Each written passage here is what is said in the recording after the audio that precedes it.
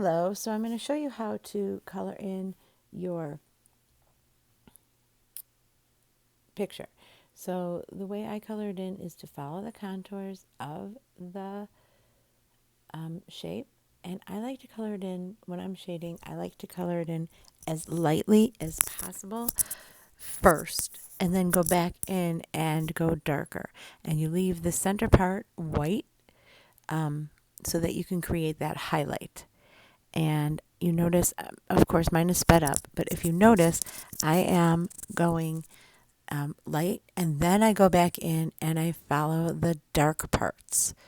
I fill in the dark parts, and then I go in with a little bit of black at the very, very corners, because it's always easier to go darker, but it's a lot more difficult to go lighter. So I always go lightest first and then darkest, and then I'm going to go in with a darker color later. You'll see I didn't do it right away. And then my next color, I go ahead and I try to make sure that that lightest highlight lines up with the highlight before that.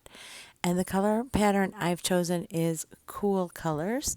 You can choose whatever colors you choose, but try to make it a cohesive pattern so that it doesn't distract from the design, and it actually adds to the design.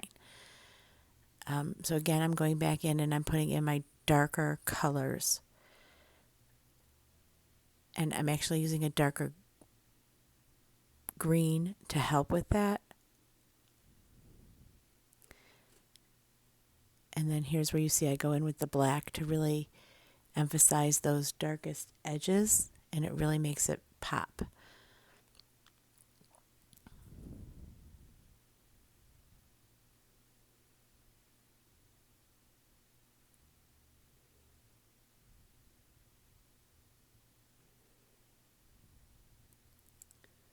Then I make some artistic decisions of which way I'm going to go, and I go with the darker blue.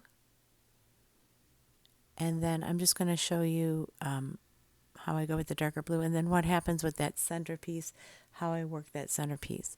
And it's all in the way you color it, because you want to really use those contours and color along with the contours to help give that illusion of curves. If you try to flatten it out and don't color with the contours and make those curved lines, it flattens out the drawing and you lose the illusion of lines making space.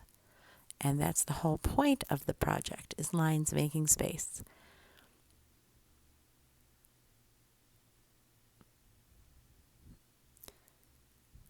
So here I go with the purple one, and you can see how I'm working from both sides into the center.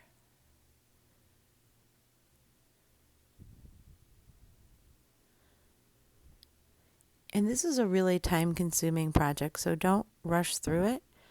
You have the rest of the week to work on it. So really take your time, make it look really fantastic. And we're going to talk about how not to do this as well. So I've had a lot of kids try to take the quick way out, and it never really works. And I can always tell when you take the quick way out. So let's not do that.